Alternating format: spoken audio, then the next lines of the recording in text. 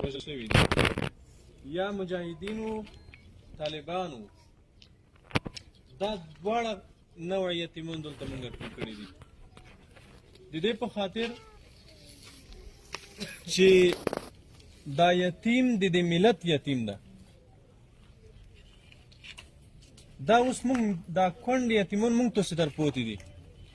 مونږ تاسې مسؤلیت دا جوړېږي چې د دې کونډو یتیمانو کفالت وکړو د دوی سرپرستی وکړو دوی ته د تعلیم زمینه مساعده کړو دوی ته د روزنې زمینه مساعده کړو او کوشش وکړو چې په خپل څنګ کې ګاونډ کې مو یتیم داسې پوتې نه شي چې هغه وږی ویده شي دا د موږ تاسې ټول ملت مسؤلیت جوړېږي چا سره هم چې په خپل کلي کې په خپل ګاونډ کې یتیم مې سره ده د باندې دا حق ده چې هغه یتیم سره کومک وکړي مرسته وکړي اسلامي امارت د هېواد د ټولو یتیمانو دپاره هغه که د عسکر یتیم ده که د مجاهد او د طالب یتیم ده د ټولو دپاره یو منظم پلان لري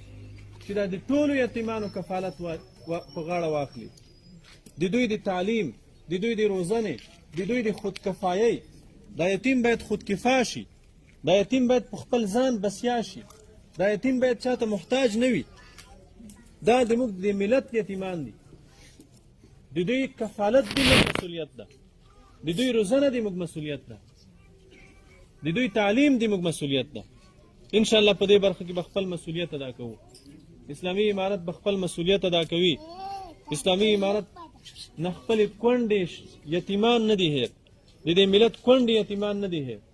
موږ نن تاسو ته ډېر کم شی راوړی ده خو الله ته مو امید ده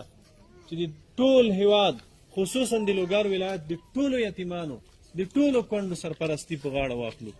د ټولو یتیمانو کفالت واخلو دوی ته ښه تعلیم زمینه مساعده کړو دوی د خودکفایۍ زمینه مساعده شي انشاءالله چې نور هغه ورځې تېرې دي د جنګونو ورځې تېرې شوې